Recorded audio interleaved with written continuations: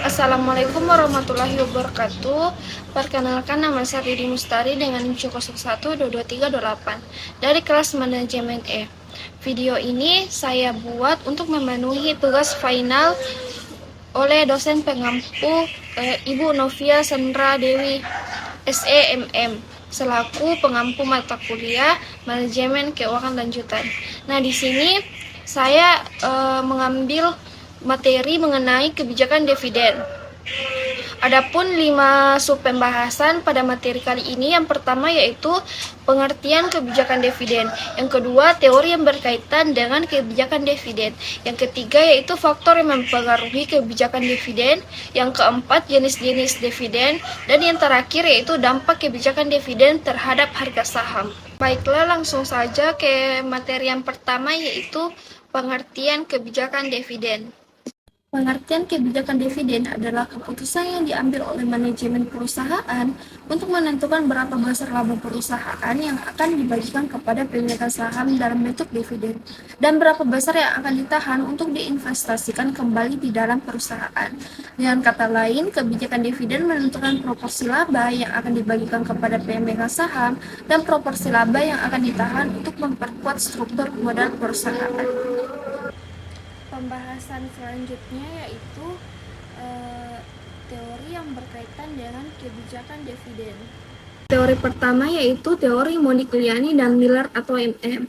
Teori MM menyatakan bahwa nilai perusahaan tidak dipengaruhi oleh kebijakan dividennya selama perusahaan tidak memiliki akses ke sumber pendanaan internal yang murah. Dengan kata lain, teori MM ini berpendapat bahwa investor pada akhirnya akan memfokuskan pada nilai total perusahaan yang terdiri dari nilai saham dan nilai hutang. Teori yang kedua yaitu teori Signalin. Teori Signalin menyatakan bahwa kebijakan dividen dapat digunakan oleh perusahaan untuk memberikan sinyal kepada investor tentang prospek masa depannya. Misalnya, perusahaan yang meningkatkan dividennya dapat menandakan bahwa mereka yakin tentang prospek masa depan mereka dan memiliki laba yang cukup untuk dibagikan. Nah, selanjutnya yaitu teori yang ketiga, teori klientel. Teori klientel menyatakan bahwa investor yang berbeda memiliki preferensi dividen yang berbeda. Beberapa investor lebih memilih dividen yang tinggi dan stabil, sementara yang lain lebih memilih perusahaan untuk menahan labanya dan berinvestasi kembali untuk pertumbuhan jangka panjang. Perusahaan harus mempertimbangkan preferensi dividen investornya saat menentukan kebijakan dividen. Dan teori yang terakhir yaitu teori trade-off. Teori ini menyatakan bahwa ada trade-off antara dividen dan investasi kembali laba. Ketika perusahaan membagikan dividen yang tinggi, maka mereka memiliki lebih sedikit dana untuk diinvestasikan kembali. Nah, hal ini dapat menghambat pertumbuhan perusahaan dalam jangka panjang.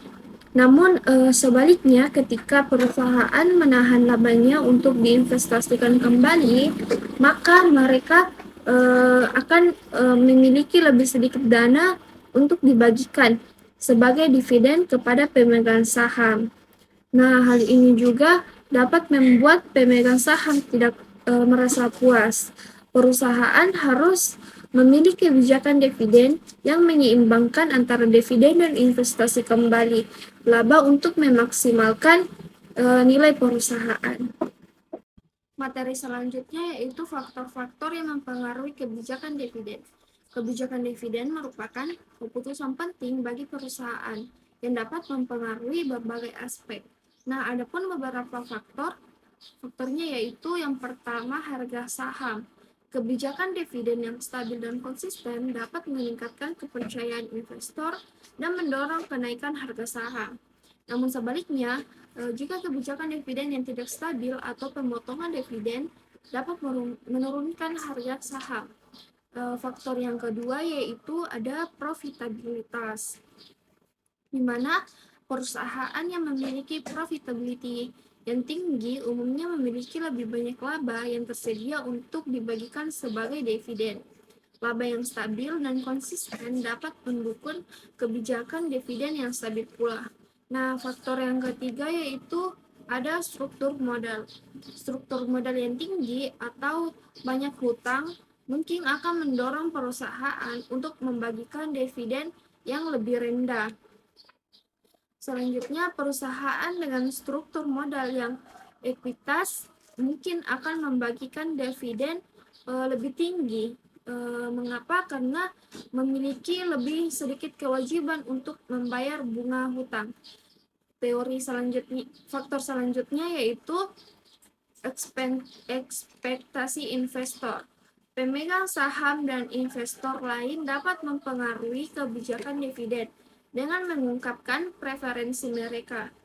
Investor yang mengharapkan dividen yang tinggi mungkin akan membeli saham perusahaan dengan riwayat pembayaran dividen yang stabil.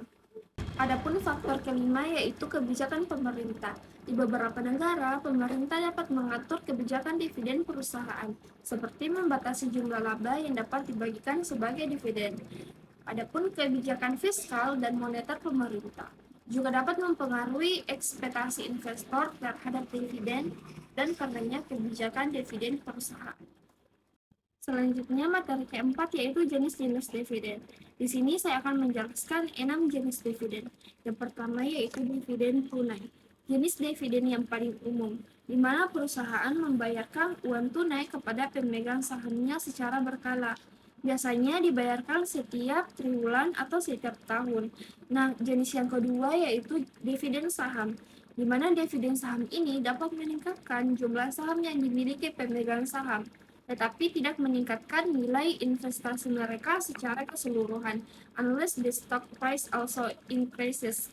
Yang ketiga yaitu dividen properti. Jenis dividen ini jarang terjadi, karena dividen properti dapat dikenakan pajak penghasilan bagi pemegang saham. Jenis yang keempat yaitu dividen scrip.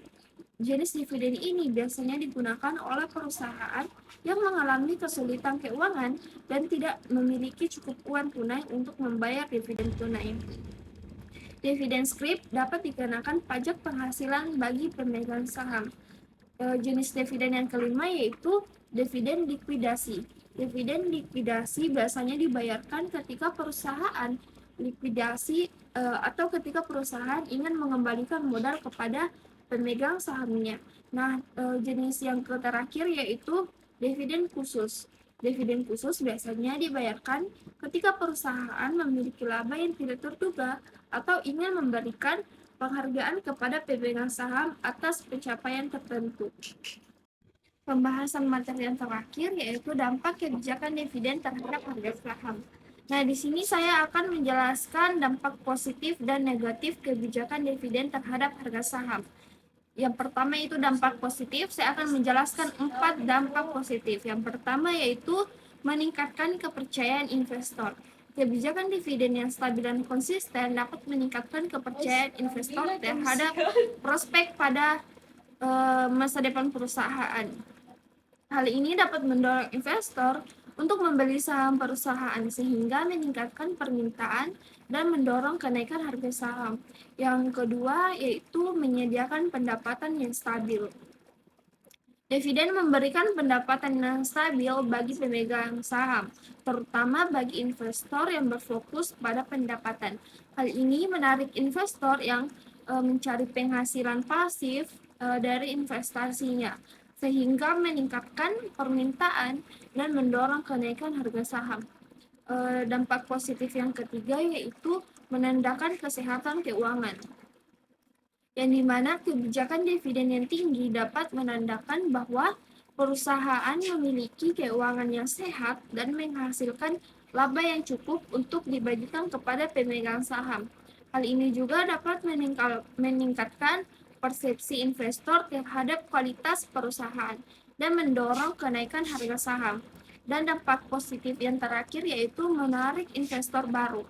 Kebijakan dividen yang dapat menarik investor baru untuk membeli saham perusahaan. Nah, hal ini dapat meningkatkan permintaan dan mendorong kenaikan harga saham. Nah, adapun dampak negatifnya. Di sini saya akan menjelaskan 3 dampak negatif. Yang pertama yaitu membatasi dana untuk investasi, yang dimana ketika perusahaan membagikan dividen, mereka memiliki lebih sedikit dana untuk diinvestasikan kembali dalam bisnis. Hal ini dapat menghambat pertumbuhan perusahaan di masa depan dan berpotensi menurunkan nilai saham dalam jangka panjang. Yang kedua yaitu meningkatkan risiko keuangan, yang dimana jika perusahaan membagikan dividen lebih banyak daripada yang mampu ditanggungnya, hal ini dapat meningkatkan risiko keuangan perusahaan. Hal ini juga dapat membuat investor khawatir dan mendorong mereka untuk menjual sahamnya, sehingga menurunkan harga saham.